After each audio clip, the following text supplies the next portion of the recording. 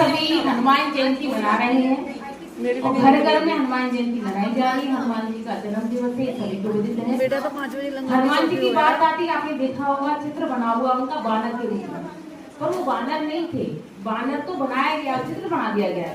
अब ये सोचो कि वो सभी वेदों के प्रवक्ता थे, प्रकांड पंडित थे, यजुर्वेद के, अथर्ववेद के, सामवेद के। जब वो राम जी लक्ष्मण जी को लेने जाते हैं, उनको जब सुग्रीव, ये आपने देखा होगा, भी देखा होगा, राम जी का रामायण आता है उसमें भी देखा होगा कि जब सुग्रीव, महाराज सुग्रीव उनको भेजते हैं कि देख करके आओ कौन आया है वहां पर, राम लक्ष्मण के रूप में आए तो कौन आया है। तो ऐसा तो नहीं कोई राक्षस वाचस आ गया हो, बाली का बेजोड़ तो दूत आ गया हो, तो आकर के देखते तो पंडित का उदाहरण करके आते हैं हनुमान जी। हनुमान जी क्या, तो हनुमान जी बातें करते हैं, सारी संस्कृत में बातें करते हैं वो। तो लक्ष्मण जी कहते हैं कि आप तो प्रकांड विद्वान हो, आपने एक भी बात गलत नहीं बोली, सारी बातें आपने वेदों के अनुसार बोली हैं। तो हनुमान जी वेदों के भी प्रकांड पंडित थे और उनमें अतुलित बल था। ये आपने सुना, अतुलित बल था, ये आता है चौपाई में आता है, अतुलित बल था। कहते हैं जब उन्होंने समुद्र उड़ के पार किया, समुद्र उड़ के पार नहीं किया, तो तैर कर पार किया था उस योजन को। अंगद में भी क्षमता थी, अंगद जी ने कहा था कि मैं कर लूंगा पार, पर मैं उधर से लौट के नहीं आ सकता, मेरा शरीर इतनी दम नहीं, मैं लौट के आ सकूं। हनुमान जी ने कहा मैं जाऊंगा, पूरा पता करके आऊंगा सीता मैया को, लौट करके भी आ जाऊंगा। जामवंत जी ने उनसे कहा कि आप में बहुत बल है, बचपन की बातों ने याद दिलाई, तो उन्होंने वो पार किया। वो वेग कहते ना, उसकी पवन की गति थी उनके अंदर, कहते हैं पवन की गति थी, पर वो तैर कर पार हुए। कुछ बातें गलत सलत भी आ जाती है।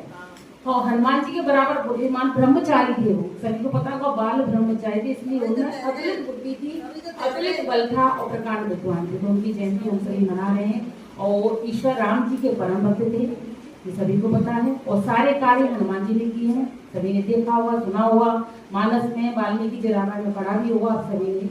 तो कहते हैं परम पिता परमेश्वर को ये सभी जानते, एक होता है, अलग अलग नहीं होते भगवान। पर मर्यादा पुरुषोत्तम श्री राम जी में एक महापुरुष के गुण, इसलिए हमें उन्हें भगवान रूप में मानते हैं। भगवान को भगवान रूप में श्री राम जी को मानते हैं, उनका हम घर घर में वो उनकी चर्चा।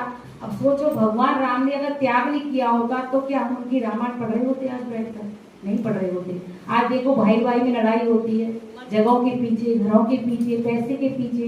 उन्होंने त्याग किया। पूरा रामचरितमानस या रामायण वाल्मीकि जी की आप पढ़ोगे तो उसमें त्याग दिखाया हर जगह पर, सब जगह त्याग। जब उनको कौशल्या माता को, सुमित्रा जी को, केके जी को, जब वो जो ऋषि मुनि जब पुत्रेश की यज्ञ करते हैं तो जब खीर प्रदान की जाती है वो भी वो बांट कर खाती है सब बहनें। जब पहले कौशल्या जी ने ली तो उनको दी करके, केके जी ने भी दी, कौशल्या जी ने दी, सुमित्रा जी को 2 भाग दिए, तब उनके 2 पुत्र हुए, लक्ष्मण जी, शत्रुघ्न जी।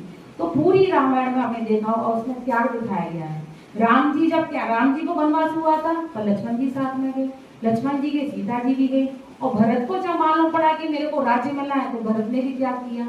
सोचो वहां पर गए कि मैं ये राज्य नहीं ले सकता हूँ, इस राज्य पर आपका अधिकार है। ऐसा कोई हो सकता है? ऐसे कोई भाई हो सकते हैं? शत्रुघ्न देखो बेचारे पीछे लगे रहे, वो भी वहीं पर जाकर के रहते थे, नंदी गांव में, नंदी ग्राम में वास किया भरत जी ने, और खड़ाहुओं से उन्होंने राज्य को संभाला है। उन्होंने कहा जब तक नहीं आओगे जब तक मैं राज्यभार को संभालूंगा, पर आप ये खड़ाहू सिंहासन पर रहेंगे। तो ऐसा त्याग हमें कभी मिल नहीं सकता है जैसा राम जी का हमें सुनने को मिलता है। तो हम उन्हें भगवान रूप में मानते हैं और परम पिता बाकी में एक होता है, ये सभी को मालूम है। कहते हैं सतयुग से, कहते त्रेता युग में राम जी ने जन्म लिया, पर राम जी का तो हम शुरू से गुणगान करते हैं। तो राम जी को हम भगवान रूप में मानते हैं, शिव जी को मानते हैं और कृष्ण जी को मानते हैं, योगेश्वर श्री कृष्ण के रूप में मानते हैं। एक भजन है परम पिता का, परम पिता परमेश्वर तूने, ये सभी को आता हुआ तो साथ में परम पिता परमेश्वर तूने किस भांति संसार रचा, स्वयं विधाता मेरा कार्य तूने जग कैसे साकार रचा। स्वयं विधाता मेरा कार्य तूने जग कैसे साकार रचा। परम पिता परमेश्वर तूने किस भांति संसार रचा, स्वयं विधाता मेरा कार्य तूने जग कैसे साकार रचा। स्वयं विधाता मेरा कार्य तूने जग कैसे साकार रचा। तारों से भरा सूरज चंदा कर रहे भ्रमण, घनघोर घटा करती गर्जन, कहीं शीतल मंद सुगंध पवन, कहीं शीतल मंद सुगंध पवन, तारों से भरा नभ का आंगन, सूरज चंदा कर रहे भ्रमण, घनघोर घटा करती गर्जन, कहीं शीतल मंद सुगंध पवन, कहीं शीतल मंद सुगंध पवन, कहीं बिन सीमा के नील गगन, जिसमें पक्षी कर रहे भ्रमण, मिल रहा उन्हें किस दिन भोजन, हे जगदीश्वर तुमको धन धन, हे जगदीश्वर तुमको धन धन, कौन सी वस्तु की शक्ति से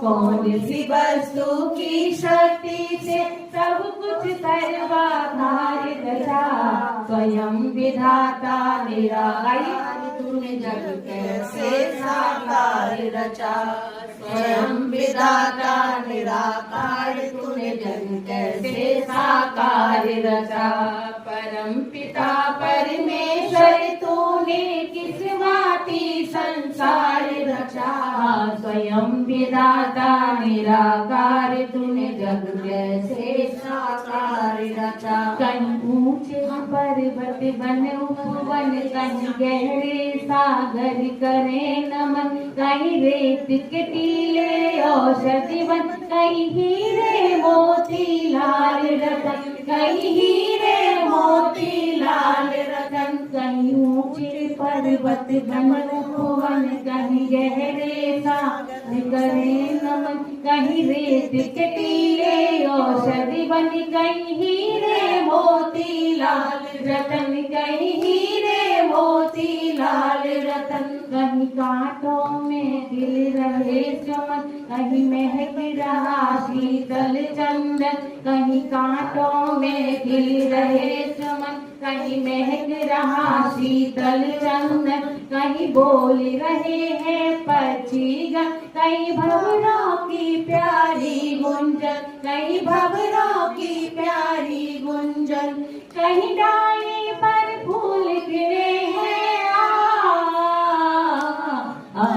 कहीं डाली पर फूल गिरे हैं, फूल के नीचे हार रचा, स्वयं विधाता निराकार तूने जग कैसे साकार रचा, स्वयं विधाता निराकार तूने जग कैसे साकार रचा, परम पिता परमेश्वर तूने किस भांति संसार रचा, स्वयं विधाता निराकार तूने जग कैसे साकार रचा, इतना सुंदर है क्या कहना, इस मस्तक पर दो नैना, तेल बिना इन दो दीपों का आठों प्रहर जलते रहना, आठों प्रहर जलते रहना, कितना सुंदर है क्या कहना, इस मस्तक पर दो नैना, तेल बिना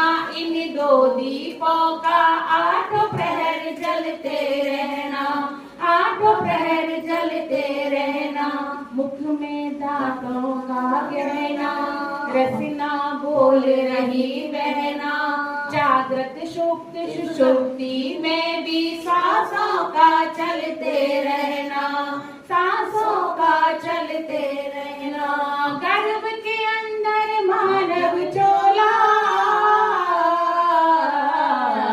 गर्भ के अंदर मानव चोला, बिना किसी औजार रचा, स्वयं विधाता निराकार तूने जग कैसे साकार रचा, स्वयं विधाता निराकार तूने जग कैसे साकार रचा, परम पिता परमेश्वर तूने किस भांति संसार रचा, स्वयं विधाता निराकार तूने जग कैसे साकार रचा, स्वयं विधाता निराकार तूने जग कैसे साकार रचा, अजर अमर तू अविनाशी अंतर्यामी घट घट वासी सुखदाम सदा तू सुख राशि निरअहंकार निरअभिलाषी निरअहंकार निरअभिलाषी तू अजर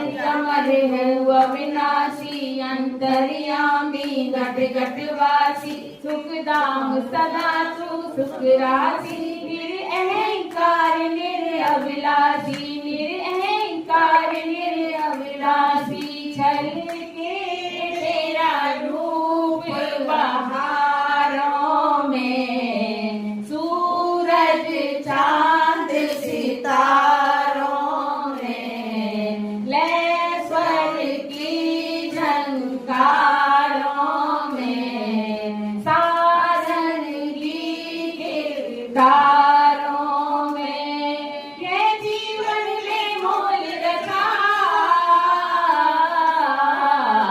ये जीवन बेमोल रचा जीवन का सुख संसारी रचा स्वयं विधाता निराकार तूने जग कैसे साकार रचा स्वयं विधाता निराकार तूने जग कैसे साकार रचा परम पिता परमेश्वर तूने किस भांति संसार रचा स्वयं विधाता निराकार तूने जग कैसे साकार रचा स्वयं विधाता निराकार तूने जग कैसे साकार रचा।